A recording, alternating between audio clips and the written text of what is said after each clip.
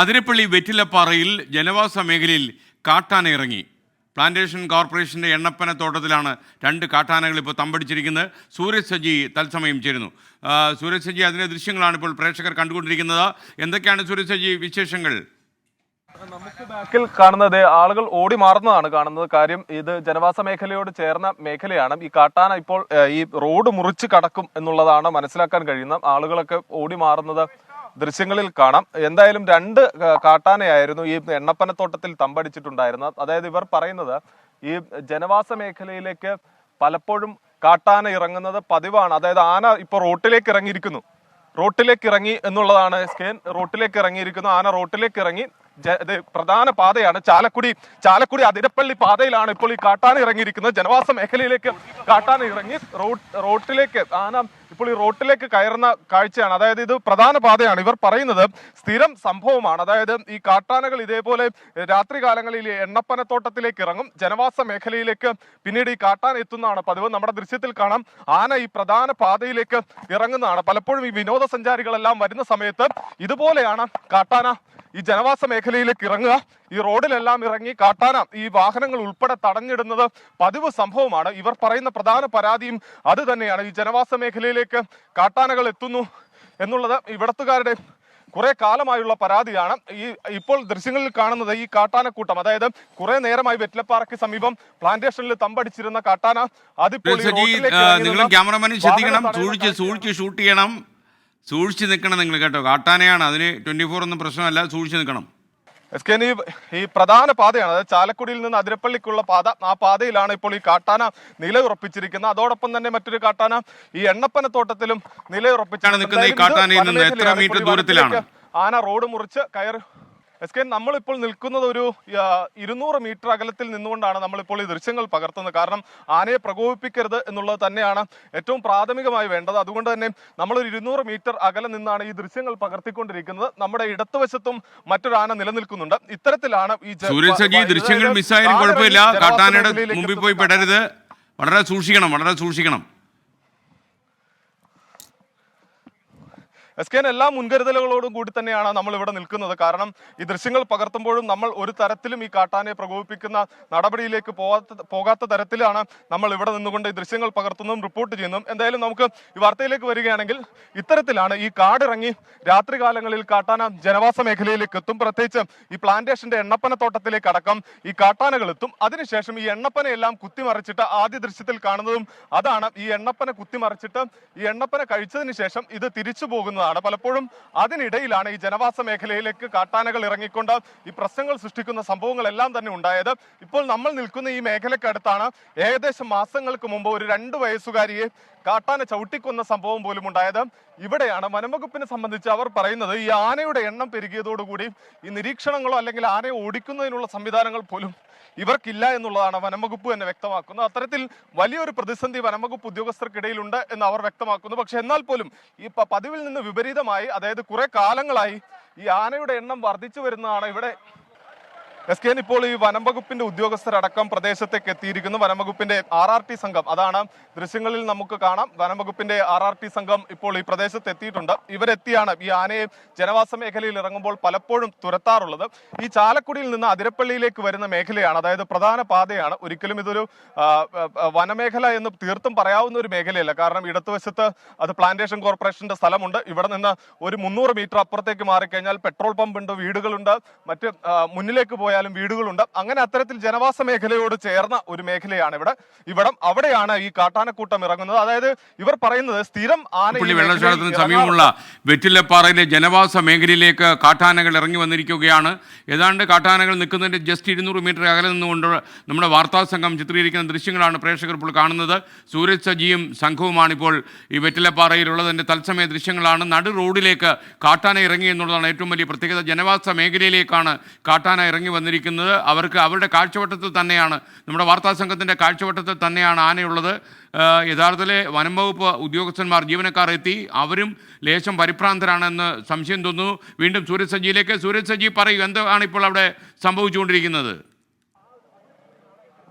SKN അടുത്ത കാട്ടാന കൂടി ഈ റോഡിലേക്ക് ഇറങ്ങിയിരിക്കുകയാണ്. വനംവകുപ്പിന്റെ RRT സംഘം സ്ഥലത്തെത്തിയിട്ടുണ്ട്. അവരെത്തി ഈ ഗതാഗതം നിയന്ത്രിക്കാനുള്ള ശ്രമമാണ് നടത്തുന്നത്. ഈ പെട്ടെന്നൊക്കെ ഈ വാഹനത്തിലേക്ക് വരുന്നവർക്ക് ഈ ആന വരുന്നതൊന്നും അവരുടെ ശ്രദ്ധയിൽപ്പെടില്ല. അതുകൊണ്ട് തന്നെ ദൂരത്ത് നിന്ന് വരുന്ന വാഹനങ്ങളടക്കം ഈ വനംവകുപ്പിന്റെ ഉദ്യോഗസ്ഥർ തടഞ്ഞു നിർത്തിയതിനു ശേഷമാണ് ഇപ്പോൾ ഈ ആന റോഡിൽ നിന്ന് ഈ വനമേഖലയാണ് വനഭൂമിയാണ് നമ്മുടെ വലത്തുവശത്ത്, ദൃശ്യങ്ങളുടെ വലത്തുവശത്ത് അങ്ങോട്ടേക്ക് ആനയെ താൽക്കാലികമായി ആന കയറിയിട്ടുണ്ട്. എന്തായാലും വനംവകുപ്പ് ഉദ്യോഗസ്ഥർ ഇടപെട്ട് ആനയെ കയറ്റാനുള്ള ഒരു ശ്രമം നടത്തുന്നു. പക്ഷേ ആന തിരിഞ്ഞ് വനംവകുപ്പ് ഉദ്യോഗസ്ഥർക്ക് നേരെ വരുന്നതാണ് ഇപ്പോൾ ദൃശ്യങ്ങളിൽ കാണുന്നത്. ആന വനത്തിനകത്തേക്ക് കയറുന്നില്ല, പകരം വനംവകുപ്പ് ഉദ്യോഗസ്ഥർക്ക് നേരെ തിരിയുന്ന കാഴ്ച.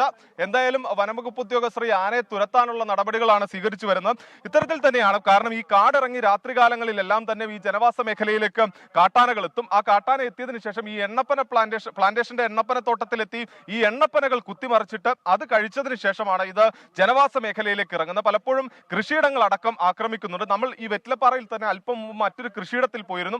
അവിടെയും കഴിഞ്ഞ ദിവസമാണ് 3 ആനകൾ എത്തി അവിടെ ഉണ്ടായിരുന്ന 200-ലധികം വാഴകൾ ഈ ദൃശ്യങ്ങൾ ചാലക്കുടി അതിരപ്പള്ളി വെള്ളച്ചാട്ടത്തിന് സമയം വെറ്റിലപ്പാറ എന്ന സ്ഥലത്തെ ജനവാസ മേഖലയിൽ ഇറങ്ങിയ കാട്ടാനകളുടെ ദൃശ്യങ്ങളാണ്, തത്സമയ വിവരങ്ങളാണ് സൂര്യ സജി നൽകിക്കൊണ്ടിരിക്കുന്നത്. ബിനീഷ് എന്ന ഞങ്ങളുടെ ഛായാഗ്രാഹകൻ പകർത്തുന്ന ദൃശ്യങ്ങളാണ് ഇപ്പോൾ കണ്ടുകൊണ്ടിരിക്കുന്നത്. അവരുടെ ഒരുപക്ഷെ 200 മീറ്റർ അകലത്തിലാണ് ഈ കാട്ടാന ഇപ്പോൾ നിൽക്കുന്നത്. കാട്ടാന കൂട്ടമാണുള്ളത്. കാട്ടാനക്കൂട്ടം ഇപ്പോൾ നടു റോഡിലേക്ക് ഇറങ്ങി വന്നതാണ് വനംവകുപ്പിലുള്ള ജീവനക്കാരെ പോലും അമ്പരപ്പിച്ചത്. കാട്ടാന കാട് കയറാൻ കൂട്ടാക്കുന്നില്ല എന്നാണ് ഏറ്റവും വലിയ പ്രത്യേകത. വളരെ സമീപത്ത് നിന്നുള്ള ദൃശ്യമാണ് ഇപ്പോൾ പ്രേക്ഷകർ കാണുന്നത്. സൂരജ് സജിയും സംഘവും അടങ്ങുന്ന വാർത്താ സംഘമാണ് വെറ്റിലപ്പാറയിൽ നിന്നുള്ള ഈ ദൃശ്യങ്ങൾ പ്രേക്ഷകരിലേക്ക് എത്തിച്ചുകൊണ്ടിരിക്കുന്നത്. സൂരജ് സജി പറയൂ, യഥാർത്ഥത്തിൽ ഒരുപാട് ആളുകൾ സഞ്ചരിക്കുന്ന വഴിയല്ലേ അത്? ഇത് ഏത് റോഡാണ് ശരിക്കും? ചാലക്കുടി വഴിയുള്ള ചാലക്കുടിയിലേക്ക് എത്തുന്ന മെയിൻ റോഡാണോ ഇത്? തീർച്ചയായും SKN, ഇത് ചാലക്കുടിയിൽ നിന്ന് നമ്മുടെ സിൽവർ സ്റ്റോമിലേക്ക് വരുന്ന പാത. അത് കഴിഞ്ഞ് വേണം അതിരപ്പള്ളിയിലേക്ക് പോകാൻ. ഈ സിൽവർ സ്റ്റോം ഒക്കെ ഇരിക്കുന്ന മേഖലയാണ് ഈ വെറ്റിലപ്പാറ എന്ന് പറയുന്നത്.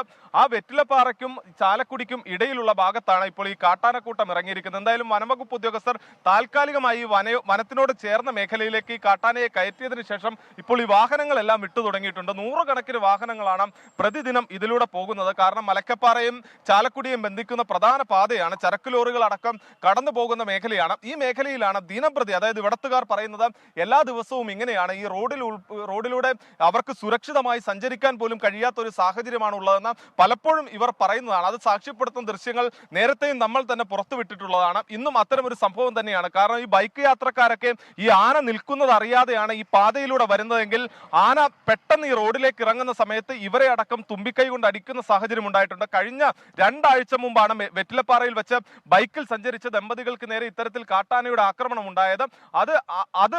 ആ സംഭവത്തെ തുടർന്ന് പോലും വനംവകുപ്പ് ഇടപെട്ടുകൊണ്ട് ഈ മേഖലയിൽ കൂടുതൽ സുരക്ഷ ശക്തമാക്കിയിരുന്നു. പക്ഷെ എന്നാൽ പോലും ഈ ജനവാസ മേഖലയിൽ കാട്ടാന ഇറങ്ങുന്നത് തടയാൻ സാധിക്കുന്നില്ല എന്നുള്ളത് തന്നെയാണ് ഇവർ പറയുന്നത്. വലിയ രീതിയിലുള്ള പ്രശ്നങ്ങൾ അത് ഈ മേഖലയിൽ തുടർച്ചയായി ഉണ്ടാക്കുന്നു. RRT സംഘം ഈ കാട്ടാനെ സംബന്ധിച്ച് വിവരം ലഭിക്കുമ്പോൾ പോലും അവർക്ക് എത്തിപ്പെടാൻ കഴിയാത്ത ഒരു സാഹചര്യമുണ്ട്. വാഹനമടക്കമുള്ള പ്രശ്നങ്ങളുണ്ട്. പക്ഷേ ആനയെ തുരത്താനുള്ള ഒരു ശ്രമം പലപ്പോഴും ഇവരുടെ ഭാഗത്തുനിന്ന് ഉണ്ടാകുന്നുണ്ട്. അത് തന്നെയാണ് ഒരു പരിധിവരെ ഈ പ്രശ്നത്തെ പിടിച്ചു നിർത്തുന്നത്. എന്നാൽ പോലും ഒരു ശാശ്വത പരിഹാരത്തിലേക്ക് ഇത് കൊണ്ടുചെന്ന് എത്തിക്കാൻ പറ്റുന്നില്ല. എന്തായാലും ഇപ്പോൾ നമ്മൾ ഈ കാണുന്ന ദൃശ്യങ്ങളിൽ കാണുന്ന കാട്ടാന ഇപ്പോൾ ഈ വനമേഖലയിലേക്ക് കയറിയിട്ടുണ്ട്. പക്ഷേ ഈ റോഡിനോട് ചേർന്ന് കൃത്യം പറഞ്ഞു കഴിഞ്ഞാൽ ഒരു 100 മീറ്റർ അകലെ മാത്രമാണ് ഈ കാട്ടാന നിൽക്കുന്നത്. എപ്പോൾ വേണമെങ്കിലും ഈ റോഡിലേക്ക് ഈ കാട്ടാന ഇറങ്ങി വരാം. അങ്ങനെ ഒരു സാഹചര്യമാണ് നിലനിൽക്കുന്നത്. എന്തായാലും വനംവകുപ്പ് ഇപ്പോൾ ഈ വനംവകുപ്പിന്റെ RRT സംഘത്തിന്റെ വാഹനത്തിലെ ഹോൺ മുഴക്കിക്കൊണ്ട് കാട്ടാനയെ കാട് കയറ്റാനുള്ള ശ്രമമാണ് ഇപ്പോൾ ഈ ഹോൺ മുഴക്കിയിരിക്കുന്നു. ഹോൺ മുഴക്കി ഹോണിന്റെ ശബ്ദം കേൾപ്പിച്ച് ഈ കാട്ടാനയെ കാട് കയറ്റാനുള്ള ഒരു ശ്രമമാണ് RRT സംഘം നടത്തുന്നത്. കാരണം ഈ ഒത്തിരി വാഹനങ്ങൾ കടന്നു പോകുന്ന മേഖലയാണ്. പ്രത്യേകിച്ച് ഈ സ്കൂളിലേക്കും മറ്റുമെല്ലാം പോകുന്ന വാഹനങ്ങൾ ഒരു സ്കൂൾ ടൈമാണ്, അതുകൊണ്ട് തന്നെ ഓഫീസ് ടൈമാണ്. അതുകൊണ്ട് തന്നെ വലിയ രീതിയിൽ ആളുകൾ കടന്നു പോകുന്ന ഒരു സമയമാണ്. ഈ കാട്ടാനക്കൂട്ടം ഇങ്ങനെ ജനവാസ മേഖലയിൽ നിന്നാൽ അത് വലിയ പ്രശ്നങ്ങൾ സൃഷ്ടിക്കും. അതുകൊണ്ട് തന്നെ ഈ RRT സംഘത്തിന്റെ വാഹനത്തിന്റെ ഹോൺ മുഴക്കിക്കൊണ്ട് കാട്ടാനയെ കാട് കയറ്റാനുള്ള ഒരു ശ്രമം അത് വനംവകുപ്പ് ഉദ്യോഗസ്ഥർ നടത്തുന്നു. എന്തായാലും കാട്ടാന നിലവിൽ കാട് കയറി തുടങ്ങി എന്ന് പറയാവുന്ന രീതിയിലേക്ക് കാര്യങ്ങൾ മാറിയിട്ടുണ്ട്. ഒരു 150 മീറ്റർ അകലത്തേക്ക് ഇപ്പോൾ ഈ കാട്ടാനക്കൂട്ടം മാറിയിട്ടുണ്ട്. നേരത്തെ തന്നെ, അതായത് ഇന്നലെ രാത്രിയോടൊക്കെ കൂടിയാണ് ഈ മേഖലയിലേക്ക് കാട്ടാന ഇറങ്ങിയത് എന്നുള്ളതാണ് പ്രദേശവാസികൾ തന്നെ വ്യക്തമാക്കുന്നത്. ഇവിടെ നിന്ന് കാടിറങ്ങി വന്ന ഈ എണ്ണപ്പനത്തോട്ടത്തിൽ ഏറെ നേരം തമ്പടിച്ചിരിക്കുകയായിരുന്നു. രാവിലെ നമ്മൾ ഇവിടെ പോകുന്ന സമയത്തും ചില സൂചനകൾ നാട്ടുകാർ പറഞ്ഞിരുന്നു, ഇങ്ങനെ ആന ഇറങ്ങി എന്നൊരു സംശയമുണ്ട് എന്നിവർ പ്രകടിപ്പിച്ചിരുന്നതാണ്. പക്ഷേ അതിനുശേഷമാണ് ഇത് റോഡിനോട് ചേർന്ന് ഈ ആനകൾ നിലയുറപ്പിക്കുന്ന ഒരു സാഹചര്യം ഉണ്ടായത്. എന്തായാലും RRT സംഘം ഇടപെട്ടുകൊണ്ട് കാട്ടാനയെ കാട് കയറ്റാനുള്ള ഒരു ശ്രമമാണ് ഇപ്പോൾ നടത്തിക്കൊണ്ടിരിക്കുന്നത്. അത് ഫലപ്രാപ്തിയിലേക്ക് എത്തുന്നു എന്ന് നമുക്ക് പറയാൻ കഴിയുന്ന ഒരു സാഹചര്യത്തിലേക്ക് കാര്യങ്ങൾ പോകുന്നു. എന്തായാലും കാട്ടാന നിലവിൽ ഈ വനത്തിനോട് ചേർന്ന് ഒരു 150 മീറ്റർ അകലത്തേക്ക് കയറിയിട്ടുണ്ട്. എന്തായാലും ഈ വലിയ രീതിയിൽ ഹോൺ മുഴക്കുന്നതെല്ലാം നമുക്ക് ദൃശ്യങ്ങളിൽ വ്യക്തമാണ്. ഹോൺ മുഴക്കിക്കൊണ്ടാണ് ഇപ്പോൾ ഈ സംഘം കാട്ടാനയെ കാട് കയറ്റാൻ ശ്രമിക്കുന്നത്. എന്തായാലും വലിയ രീതിയിലുള്ള ഒരു ആശങ്ക ഈ മേഖലയിൽ നിലനിന്നിരുന്നു. കാരണം പ്രത്യേകിച്ച് ഈ സമയം കൂടുതൽ വാഹനങ്ങൾ കടന്നു പോകുന്ന ഒരു സമയമാണ്. എന്തായാലും ഇന്ന് വിനോദസഞ്ചാര മേഖലയ്ക്ക് അടക്കം നിയന്ത്രണം ഉണ്ടായിരുന്നു. ഇന്നലെ കാട്ടാന വത്സയെ ചവിട്ടിക്കൊന്നതിനെ തുടർന്ന് ഈ മേഖലയിൽ വിനോദസഞ്ചാരികൾക്ക് നിയന്ത്രണം ഏർപ്പെടുത്തിയിരുന്നു. അതുകൊണ്ട് തന്നെ വാഹനങ്ങളും പൊതുവെ കുറവായിരുന്നു. അല്ലെങ്കിൽ ഈ മേഖലയിൽ വാഹനങ്ങൾ ഉള്ള സമയമാണ്. സമീപത്ത് എത്ര ആനകളുണ്ട്? ഇല്ല, അറിയില്ല. കണ്ടമാനുണ്ട് കുറച്ച്.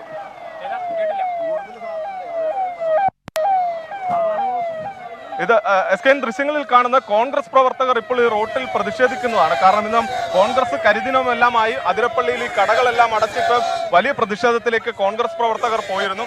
അതിനിടയിലാണ് ഇപ്പോൾ ഈ സംഭവം ഉണ്ടായിരിക്കുന്നത്. റോട്ടിൽ കോൺഗ്രസ് പ്രവർത്തകർ പ്രതിഷേധിക്കുകയാണ്. അവസ്ഥയാണ്. എല്ലാ ദിവസവും ആനയാണ്. ഇപ്പൊ നിങ്ങൾ എല്ലാവരും കണ്ടതാണ്. ഒരാള് മരിച്ചിട്ട് ഞങ്ങളിവിടെ നിൽക്കുമ്പോഴാണ് ഇന്ന് ഈ നേരത്തോടെ ആനയാണ്. ആകെ ഫോറസ്റ്റിന്റെ കയ്യിൽ ഒരു വാഹനം വന്നു. ഇന്നിപ്പോ ഈ ചാനലുകാർ മുഴുവൻ വരുന്നോണ്ടാണ് ഈ ഫോറസ്റ്റുകാർ മുഴുവൻ വന്നത്.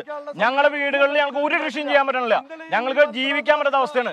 3:30 മണി നേരത്തെ നിങ്ങൾക്ക് ചെന്നാൽ അറിയാം, അവിടെ അരൂർമുടി ജംഗ്ഷനിൽ 3:30 മണി നേരത്താണ് അവിടെ ആന ഇറങ്ങി നടക്കാണ്. പട്ടാപകല ആന ഇറങ്ങി നടക്കാണ്. ഈ രീതിയിൽ ഞങ്ങൾക്ക് ജീവിക്കാൻ പറ്റാത്ത അവസ്ഥയാണ്. ഇതിനൊരു ശാശ്വത പരിഹാരം ഇല്ലാണ്ട് ഇനി മുന്നോട്ട് പോകില്ല. എല്ലാ ദിവസവും ഉണ്ട്.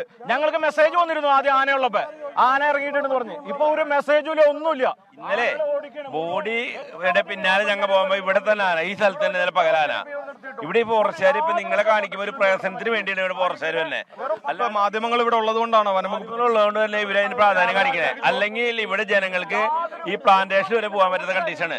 ഇവിടെ കർശനമായിട്ട് 3 ആന വെച്ച് ഇവിടെ മിക്ക ദിവസം ഇവിടെ ഒരു തുമ്പിക്കൈയില്ലാത്ത കുട്ടിയടക്കം. അതൊന്നും ഒരു പ്രശ്നമല്ല. ഇവിടെ ഇവരെ കൊണ്ട് ഒരു കാര്യമില്ല.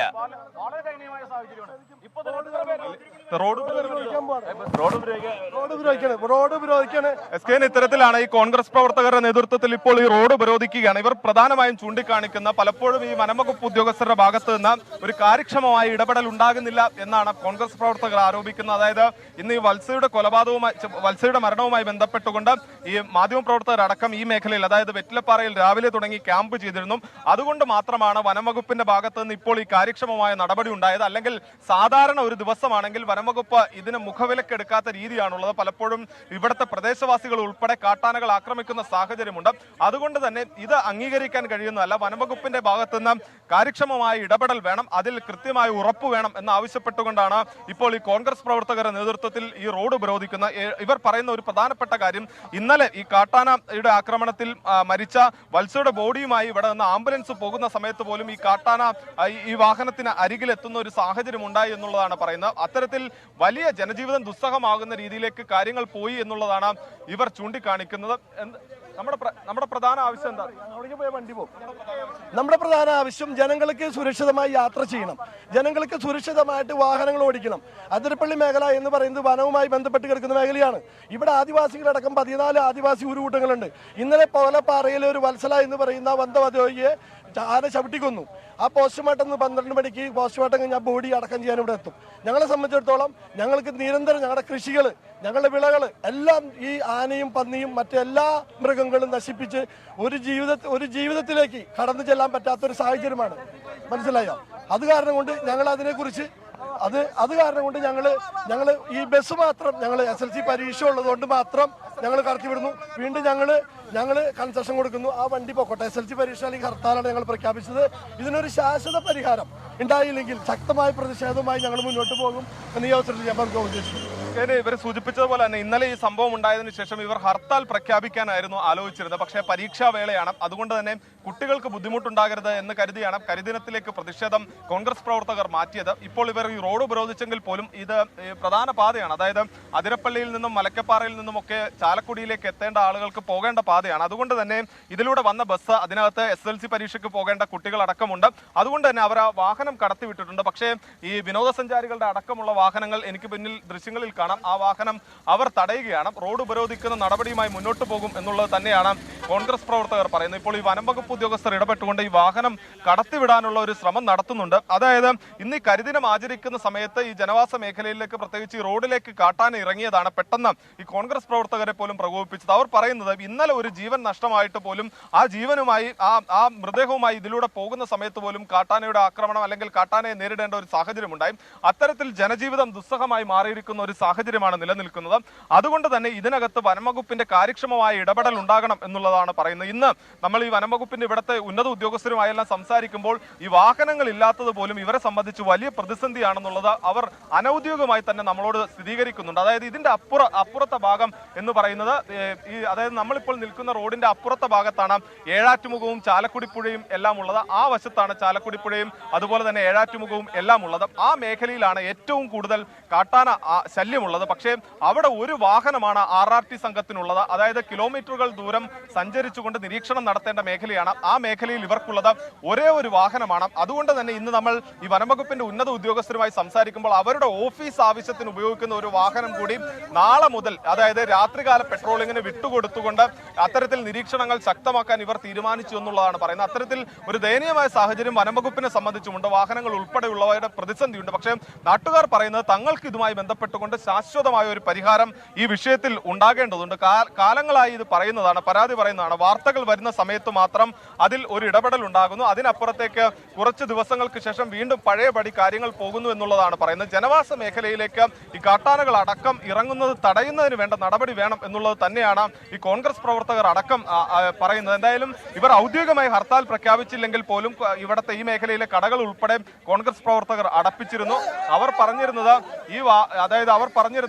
ഈ സ്കൂൾ ബസ്സുകൾ അതായത് ഈ SSLC പരീക്ഷാകാലമാണ്. അതുകൊണ്ട് തന്നെ ഈ വിദ്യാർത്ഥികൾക്ക് ബുദ്ധിമുട്ടുണ്ടാകാതിരിക്കുന്നതിന് വേണ്ടിയാണ് ഹർത്താൽ പ്രഖ്യാപിക്കാതിരുന്നത് എന്നുള്ളതായിരുന്നു ഇവർ പറഞ്ഞിരുന്നത്. പക്ഷേ ഈ ജനവാസ മേഖലയിലേക്ക് വീണ്ടും കാട്ടാന എത്തിയതോടെ പ്രധാന പാതയിൽ കാട്ടാന ഇറങ്ങിയതോടുകൂടി ഇവർ വീണ്ടും ഈ കോൺഗ്രസ് പ്രവർത്തകരുടെ നേതൃത്വത്തിൽ ഈ പാതയാകെ ഉപരോധിച്ചുകൊണ്ടുള്ള നടപടിയിലേക്ക് കടക്കുകയാണ്. ഈ ദൃശ്യങ്ങളിൽ കാണുന്ന സ്കൂളിലേക്ക് പോകേണ്ട വാഹനങ്ങളാണ്. സ്കൂളിലേക്ക് പോകുന്ന വാഹനങ്ങളൊന്നും തന്നെ ഇവർ തടയുന്നില്ല. പക്ഷേ അതിന് പകരം വിനോദസഞ്ചാരികളുടെ വാഹനങ്ങളുണ്ട്, അതോടൊപ്പം തന്നെ ചരക്ക് വാഹനങ്ങളുണ്ട്. ആ വാഹനങ്ങളെല്ലാം തന്നെ ഈ പാതയിൽ ഇവർ തടഞ്ഞിട്ടിരിക്കുകയാണ്. വനംവകുപ്പ് ഉദ്യോഗസ്ഥർ പ്രാഥമികമായി ഇവരുമായി ഒരു ചർച്ച നടത്തി. അതായത് ഈ വാഹനങ്ങൾ വിട്ടയക്കണമെന്ന് ഇവർ ഒരു നിർദ്ദേശം നൽകി. പക്ഷേ കോൺഗ്രസ് പ്രവർത്തകർ അതിന് സമ്മതിച്ചിട്ടില്ല. അവർ പറയുന്നത് സ്കൂൾ ബസ്സുകൾ അടക്കമുള്ള വാഹനങ്ങൾ കടത്തിവിടാം, പക്ഷേ മറ്റു വാഹനങ്ങൾ കടത്തിവിടില്ല എന്ന നിലപാടിൽ തന്നെയാണ് ഇവർ ഉള്ളത്. സ്കൂൾ ബസ്സുകളെല്ലാം കടത്തിവിടുന്നുണ്ട്, മറ്റു വാഹനങ്ങൾ കടത്തിവിടില്ല എന്നൊരു നിലപാടിലാണുള്ളത്. നിലവിൽ ഈ ദൃശ്യങ്ങളിൽ കാണുന്ന പോലെ സ്കൂൾ ബസ്സുകൾ കടത്തിവിട്ടു, പക്ഷേ മറ്റു വാഹനങ്ങൾ നമ്മൾ സ്കൂൾ ബസ് SSLC പരീക്ഷ ആയതുകൊണ്ട് നമ്മൾ അവരുടെ പഠനവും അവരുടെ 10ാം ക്ലാസ്സിലെ പരീക്ഷ എന്ന് പറയുന്നത് അവരുടെ ജീവിതത്തിലെ ഏറ്റവും വലിയ ടേണിംഗ് പോയിന്റ് ആണ്. അപ്പോൾ അതുകൊണ്ട് സ്കൂൾ കുട്ടികളെ നമ്മൾ തടയുന്നില്ല, കടകൾ മാത്രം അടയ്ക്കുന്നുള്ളൂ. കരിദിനായിട്ട് ആചരിക്കാൻ ഉദ്ദേശിച്ചത് ഹർത്താലാണ് നമ്മൾ ഉദ്ദേശിച്ചത്. കാരണം എന്താ വെച്ച് കഴിഞ്ഞാൽ ഞങ്ങൾ ബോഡി തടയാൻ അങ്ങനത്തെ കാര്യങ്ങളൊന്നുമില്ല.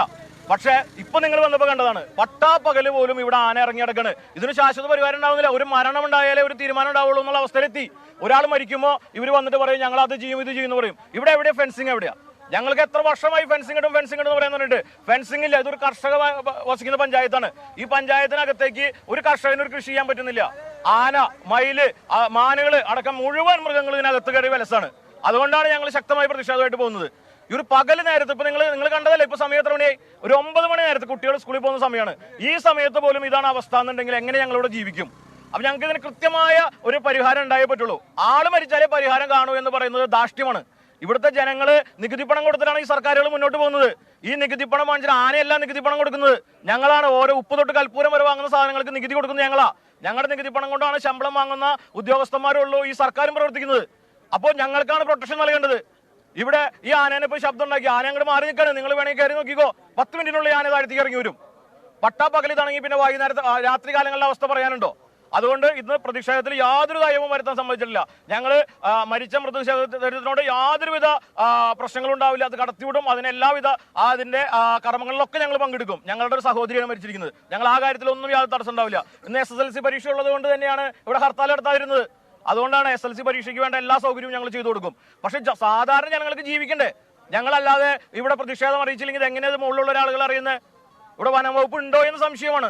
ഫോറസ്റ്റ് എന്ന് പറഞ്ഞിട്ട് അവർ റെസ്റ്റ് ചെയ്യാൻ വേണ്ടി മാത്രമായിട്ട് ഒരു വിഭാഗം. അത് ഇനി നടക്കുന്ന പ്രശ്നമില്ല. ഇവിടുത്തെ ജനങ്ങൾക്ക് ജീവിക്കാനുള്ള അതിനുള്ള ഒരു സംരക്ഷണം തരാത്തോടത്തോളം കാലം ഇനി ഇത് മുന്നോട്ട് പോകാൻ കഴിയില്ല. ഇതിന് തീരുമാനം ഉണ്ടായേ പറ്റൂ. ഞാൻ KCB വർക്ക് ചെയ്യുന്നതാണ് പെരിങ്ങൽകുത്ത് പവർ ഹൗസിൽ. അപ്പോൾ നമുക്ക് ഈ പറഞ്ഞ കാലത്ത് പോകണം, 9 മണിക്ക് ഡ്യൂട്ടിക്ക് എത്തണം. പിന്നെ അതുപോലെ തന്നെ നമ്മൾ ഡ്യൂട്ടി കഴിഞ്ഞൊരു 5 മണിക്കാണ് പോന്നു കഴിഞ്ഞാൽ ഇതുപോലെ തന്നെ ഈ റോഡിൽ ആനയുടെ ഉപദ്രവങ്ങൾ വലിയ പ്രശ്നങ്ങളാണ്.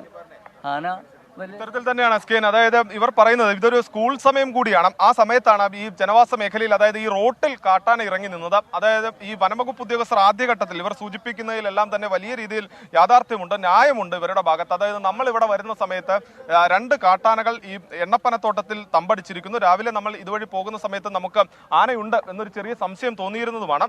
ആ ഘട്ടത്തിൽ പോലും നമ്മൾ ഒരു നാട്ടുകാരനോട് തിരക്കി. അപ്പോഴാണ് അദ്ദേഹം പറയുന്നത് ആനയുണ്ട് എന്ന് പറയുന്നത്. ആ സമയം തുടങ്ങി, അതായത് നമ്മളിവിടെ ഒരു 6:45 ഈ മേഖല നമ്മൾ പാസ് ചെയ്ത് വെറ്റിലപ്പാറ ജംഗ്ഷനിലേക്ക് എത്തുന്നു. ആ സമയത്ത് പോലും ഇവിടെ ഉദ്യോഗസ്ഥരുണ്ടായിരുന്നില്ല. അതിനുശേഷം നമ്മൾ 8 മണിക്ക് ശേഷമാണ് വീണ്ടും ഇതേ മേഖലയിലേക്ക് തിരിച്ചെത്തുന്നത്. ആ സമയത്തും ഉദ്യോഗസ്ഥരില്ല. പിന്നീട് ഈ കാട്ടാന റോഡ് മുറിച്ച്, അതായത് ഒരു കാട്ടാന റോഡ് മുറിച്ച് കടന്നതിന് ശേഷം മാത്രമാണ് ഈ വനംവകുപ്പ് ഉദ്യോഗസ്ഥർ പോലും ഇങ്ങോട്ടേക്ക് എത്തുന്നത്. അത്തരത്തിൽ ഈ ജനവാസ മേഖലയോടും പ്രധാന പാതയോടും എല്ലാം ചേർന്ന് ഈ കാട്ടാനകൾ ഇറങ്ങുമ്പോൾ പോലും അതിനെ നിരീക്ഷിക്കുന്നതിനുള്ള ഒരു സംവിധാനവും വനംവകുപ്പിന്റെ ഭാഗത്തു നിന്ന് ഇല്ല എന്നുള്ളത് തന്നെയാണ് ഏറ്റവും പ്രധാനപ്പെട്ട കാര്യം. കഴിഞ്ഞ ദിവസങ്ങളിലെല്ലാം നമ്മൾ വാർത്ത റിപ്പോർട്ട് ചെയ്യുന്ന സമയത്തെല്ലാം നമ്മൾ പറഞ്ഞിരുന്നതാണ്. കാരണം ഈ ഒറ്റയാനടക്കം ഇറങ്ങുന്ന മേഖലയാണ്. ഏഴാറ്റുമുഖം ഗണപതിയുണ്ട്, മഞ്ഞക്കൊമ്പനുണ്ട്, അങ്ങനെയുള്ള ആനകളെല്ലാം തന്നെ ഉള്ള ഒരു മേഖലയാണ്. പക്ഷേ ഈ ഒറ്റയാനകളെ ഒന്നും തന്നെ നിരീക്ഷിക്കാൻ കഴിയുന്നില്ല. ജനവാസ മേഖലയിലേക്ക് എത്തുന്ന ആനക്കൂട്ടങ്ങളെ നിരീക്ഷിക്കാൻ കഴിയുന്നില്ല. കഴിഞ്ഞ ദിവസം ഈ വെറ്റിലപ്പാറയ്ക്ക് സമീപം ഒരു പെട്ടിക്കടയ്ക്ക് അടുത്ത് കാട്ടാന ഇറങ്ങി എന്ന് പറഞ്ഞുകൊണ്ട് വനംവകുപ്പ് ഉദ്യോഗസ്ഥരെ നാട്ടുകാർ വിളിച്ച്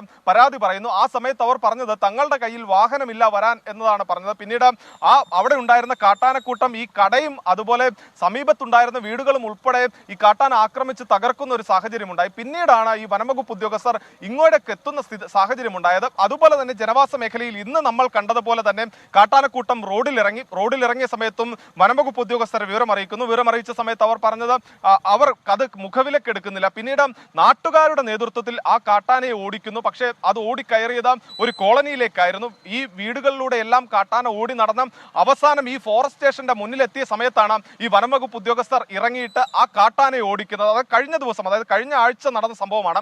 ഇത്തരത്തിൽ ദയനീയമായ ഒരു സാഹചര്യം അതിരപ്പള്ളി മേഖലക്കകത്ത് നിലനിൽക്കുന്നുണ്ട്. കൃത്യമായി ഈ കാട്ടാനക്കൂട്ടം ഇറങ്ങുമ്പോൾ അല്ലെങ്കിൽ കാട്ടാനകൾ ഇറങ്ങുമ്പോൾ അതിനെ നിരീക്ഷിക്കുന്നതിന് വനംവകുപ്പ് ഉദ്യോഗസ്ഥർക്ക് കഴിയുന്നില്ല എന്നുള്ളത് അത് തികഞ്ഞ പരാജയമായി തന്നെ വിലയിരുത്തുന്നുണ്ട്. അത് തന്നെയാണ് ഇത്തരത്തിൽ വലിയ പ്രതിഷേധം ഉയരുന്ന തരത്തിലേക്ക് മാറിയത്. ഈ വത്സയുടെ കാര്യം കാടിനകത്ത് വെച്ചാണ് കാട്ടാന ആക്രമിച്ചത് എന്നുള്ളതാണ് വനംവകുപ്പ് ഇതിന് മറുപടിയായി പറയുന്നത്. പക്ഷേ അതൊരു ഒറ്റയാനായിരുന്നു. ആ ഒറ്റയാനായിട്ട് പോലും പ്രശ്നക്കാരനായി നേരത്തെ ഇവരുടെ പട്ടികയിലുള്ള ആ ആന ഇവരെ ആക്രമിക്കുന്ന ഒരു സാഹചര്യത്തിൽ പോലും കൃത്യമായി ഈ ആനയെ നിരീക്ഷിക്കുന്നതിൽ വനംവകുപ്പിന് ഗുരുതരമായ വീഴ്ച ഉണ്ടായിട്ടുണ്ട്. ആ വീഴ്ച തന്നെയാണ് ഒരു ജീവൻ നഷ്ടപ്പെടുന്ന രീതിയിലേക്ക് അതിരപ്പള്ളിയിൽ കാര്യങ്ങളെ കൊണ്ടുചെന്നെത്തിച്ചത്. അങ്ങനെ ഒരു ജീവൻ നഷ്ടപ്പെട്ട ആ ജീവൻ നഷ്ടപ്പെട്ടതിന്റെ പിറ്റേ ദിവസമുള്ള പുലരിയിൽ പോലും ആളുകൾക്ക് സംരക്ഷണം ഒരുക്കുന്നതിൽ വനംവകുപ്പ് പരാജയപ്പെട്ടു എന്നുള്ളതാണ് ഇവിടത്തുകാർ ചൂണ്ടിക്കാണിക്കുന്നത്. സൂരജ് സജി, നിങ്ങളുടെ വാർത്താ സംഘം അവിടെ തന്നെ തുടരുക. ബിനീഷോടെ ഉണ്ടെന്ന് എനിക്കറിയാം. എന്നാൽ കൃത്യമായ അകലം പാലിക്കുക. 150-200 മീറ്റർ പോരെന്നാണ് പ്രേക്ഷകർ പറയുന്നത്. 25 കിലോമീറ്റർ അധികം വേഗത്തിൽ ആനയ്ക്ക് ഓടാൻ കഴിയും. 2 കാട്ടാനകൾ ഇപ്പോൾ റോഡിനടുത്ത് തന്നെ ഉള്ളതുകൊണ്ട് എല്ലാവിധമായ മുൻകരുതലും എടുക്കുക. മാത്രമല്ല, ചില പ്രേക്ഷകർ പറയുന്നു ക്യാമറ ചലിപ്പിക്കുന്നതിനിടയിൽ ആനയെ പ്രകോപിപ്പിക്കുന്ന രീതിയിലുള്ള ദൃശ്യങ്ങൾ പകർത്തരുത്. അത് തീർച്ചയായിട്ടും നമ്മൾ ശ്രദ്ധിക്കുന്ന കാര്യമാണ്. നമ്മുടെ ക്യാമറമാനും ആ കാര്യം സൂക്ഷിക്കും. നമ്മളെല്ലാ ഛായാഗ്രാഹകരോടും ആ കാര്യം പറഞ്ഞിട്ടുണ്ട്. കാട്ടുമൃഗങ്ങൾക്ക് പ്രകോപനം ഉണ്ടാക്കുന്ന ഒരു രീതിയിലുള്ള ദൃശ്യവൽക്കരണവും നമ്മൾ നടത്തരുതെന്ന് പറഞ്ഞിട്ടുണ്ട്. അതുകൊണ്ട് പ്രേക്ഷകർ ശ്രമിക്കേണ്ട. അതേസമയം മുൻകരുതൽ എടുത്തു വേണം ചിത്രീകരണങ്ങൾ നടത്താൻ. വീണ്ടും താങ്കളിലേക്ക് വെറ്റിലപ്പാറയിലേക്ക് ഞാൻ മടങ്ങി വരാം. ലോകത്തെവിടെയായാലും ഏത് സമയത്തും 24 വാർത്തകളും ഓഗ്മെന്റഡ് റിയാലിറ്റി പാക്കേജുകളും എക്സ്പ്ലെയിനറുകളും വിശദമായി കാണാൻ ഞങ്ങളുടെ യൂട്യൂബ് ചാനൽ നിങ്ങൾക്ക് സബ്സ്ക്രൈബ് ചെയ്യാം.